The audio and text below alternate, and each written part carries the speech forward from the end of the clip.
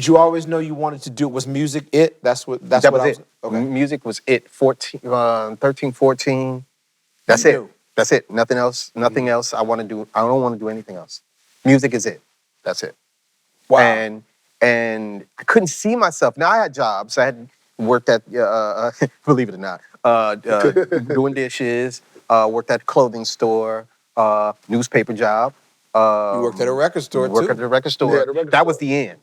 That was the end. That was like that was the. That's when you knew. That was like it. That's Yeah. the Okay. perfect job. Okay, boom. I'm music every day, Yeah. seeing what's coming in. I was the kid that you come in and say, "Hey Troy, what's hot for today? You know, what's hot this week?"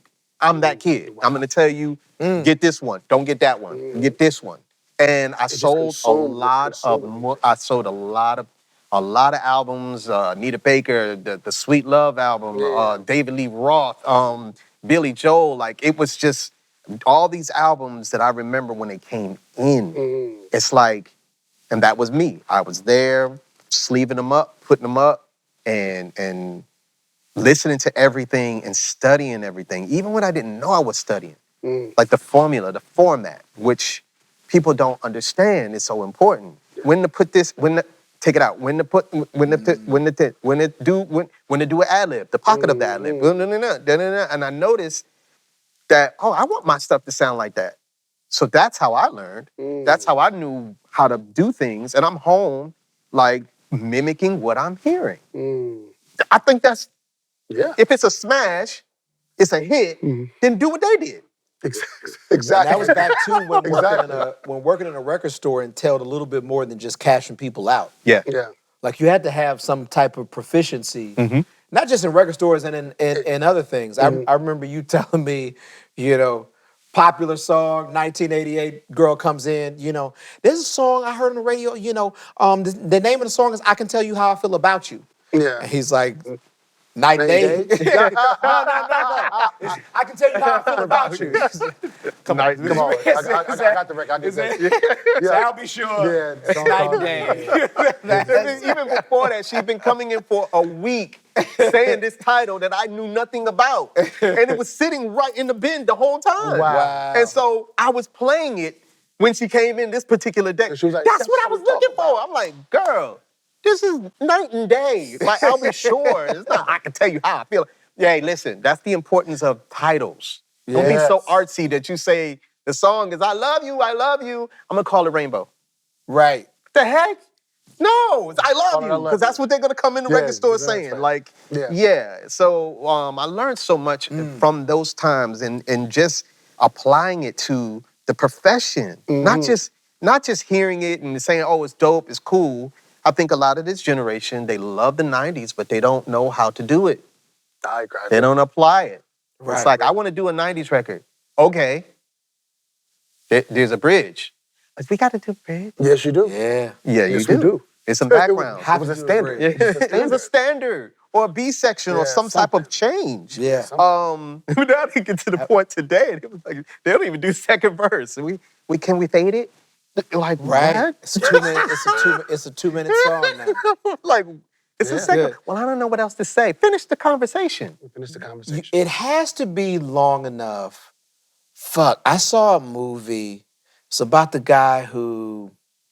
We'll table this. I'm gonna come back to it. God, big time record man. Shit, I'm blanking on this. It'll come to me. Anyway, we'll move on. So you spoke about the Hartford Conservatory. Recently, and by recently, the year before last. Yes. You went back and you received an honorary doctorate. Yeah. The honorary doctorate wasn't that school. Okay. Because that school had closed years ago. Okay, got it. This was a school that chose me.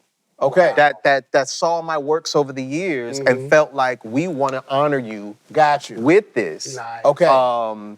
The name of the I forgot the name of it. I see. That's when you balling. You got the doctorates, and you don't even know what. But for the Hartford Conservatory, was there an influence there that you spoke about your music teacher? What influence and impact did that have on the journey and the overall. Once I started knowing what I was playing, it became intentional now. Because I would go home and say, "Oh, G minus with a 9. Oh, your ear With hears 11th it. on the- Yeah. This is what a 7th chord is. And then Oh, I'm yeah. listening to Jeff Lorber, Ah. and now I'm identifying the chords, and I'm like, I'm listening to Some Bob of these James. people watching this have no fucking idea Yeah. what you guys are talking about. I'm With a 9, please, with any an name 11. any name that I may please No, study. yeah. Herbie. Oh my gosh, Yeah, I'm Herbie. learning Herbie everything. Hancock. But then I'm learning how they put, because Jeff Lorber is the master of 2-5-1. Yes, he is. He's gonna do a 2-5-1 almost in every song. Yep. But when I heard it, I'm like, oh. Then it started going to R&B. Yeah. So it became a light bulb, like just going off like, okay, all right. Now, me being rebellious, of course, I didn't continue to study the theory of it. Because once my ear knew what everything was, I got it. I'm cool.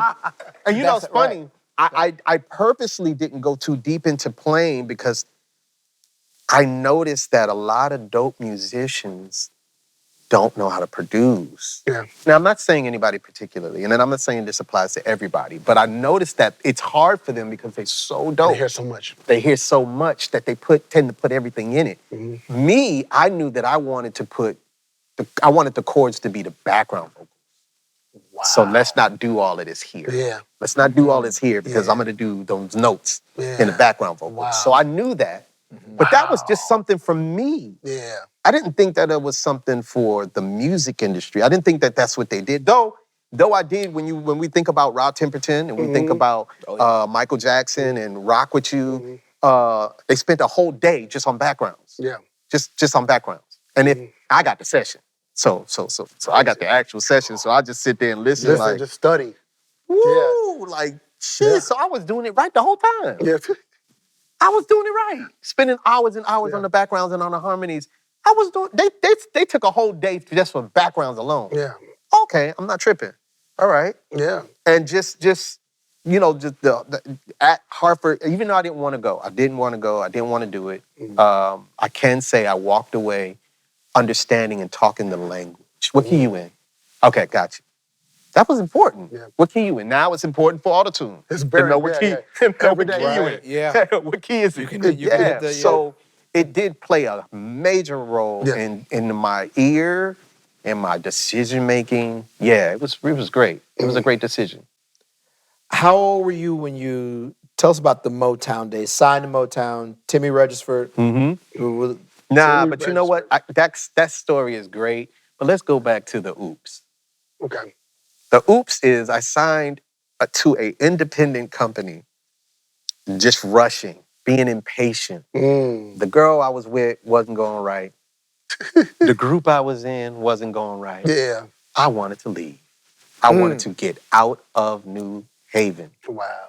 That's all I was thinking about. Rushing. I ended up signing to a label. By the way, the name of this label, I didn't know what it was till years later. So the label is called Warlock Records. Oh, God, wow. Wow. I didn't know what a warlock was. In fact, you started. I'm like, I didn't know Warlock. I didn't know. And Warlock was doing a lot. They were doing a lot of deals back They then. was. Yeah, It was a horrible deal. Random. It was a horrible deal. And on top of that, I didn't even get an attorney to look at the deal. Oh, you just signed it. I just signed it. Oh, yeah. Don't ever do that. Kids at home, don't try. This is one thing you don't do. Children. Because I ended up signing my publishing away, not for a year, not for 10, not even for 20, for the rest of my life. In perpetuity is what that's the Yes, word. that's what that's called. Get that Yes, word. yes. Go In look that word perpetuity. Look that, make sure you, yeah. And didn't know it. My partner at the time, Charles, he got it looked at, and he told me, you know, you signed your publishing away. I was like, whoa. Wow. You're fucked. Gee. Wow. Yeah. So now we're going back to the record store and reading credits, knowing who people are. Mm-hmm. My whole theory was, what if I ever met them? I want to ask them this question. like, living in an imaginary world. If I meet them, I want to know why they did this. Da, da, da. So I begin to get all these little things and add them up. Or if I ever meet Greg Fillinganes, I'm going to ask him about this one bass line that went off on Shaka Khan's We Can Work It Out. It just went off key. Why did they leave that there? And I did get a chance to ask him at Fred Siegel's years later in LA. And I saw him and I walked up to him and I introduced myself. And the first thing I said was, hey man, Shaka Khan, We Could Work It Out. You played the bass synth. Yeah, bass synth. And it goes off real quick. He started laughing. Now this is years of wanting to know this question. Yeah. And he started laughing. He said, oh, okay. And I learned something, and I'll tell you what I learned. He said while I was playing it, the bass line, because my thing is how come that bass line goes off, but nothing else goes off? That went off, so if it was the tape or something, everything else should have, he was like, no, when I was recording the bass line, the tape messed up in that section. Wow. So I said, oh. I said, but why didn't they fix it? He said, wow. So, but Timmy Regisford, he was a name that I would notice because now there's this sound. There's this sound coming up. There's this sound, and then there's this kid that everybody's talking about. There's this sound, this new sound. It's called the New Jack Swing. And everybody's talking about it, and it's this kid, Teddy Riley. And it's starting to bubble, and you're hearing a little. So I'm like, okay, all right. So Timmy was on Motown. He was an executive of Motown, and he was behind a lot of the, the up and coming New Jack Swing. So I remember that name. So before I got to Motown, because Timmy worked on Motown. Yeah, that's me knowing his name, seeing his name, Little Silas Jr. And Timmy Regisford. They seem like to be the name on everything I like. Yeah. When the label asked me, before I got off that label, when the Warlock Records, when they asked me for my single, who do I want to get to mix my song? And I'm like, mix? Timmy Regisford. Yeah. Yeah. Get Timmy on the phone. Oh, what? That was crazy. Yeah. And, I'm going to meet Timmy Regisford. Registered. Yeah. Oh, wow. And so we go to the mix session, my very first mix session, the first time in the studio, big board, all the lights, all the stuff that you see on TV. This is my first time I sat in the corner. But before I sat in the corner, before I even went, I promised myself that I would try to take as much advantage of this moment. And I had, I said, I'm going to play 3 songs.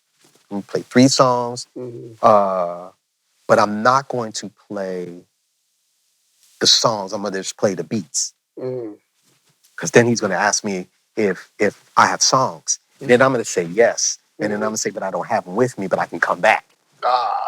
That was my strategy. Yeah. It sounded like a good idea. I was like, so go there, boom. He's working on it. Alan Gregory was the engineer. He takes a break. He goes into the lounge. He got the boombox on the table. He's eating, and I was like, thank you for mixing this, mixing this record. Can I play you some songs, more songs?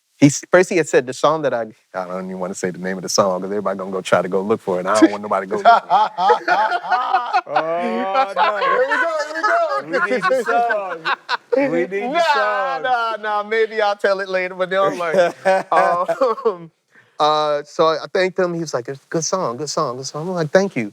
I said, can I play you, some other songs? Yeah. He said, sure. No, I said, can I play you some beats? Yeah. Some music.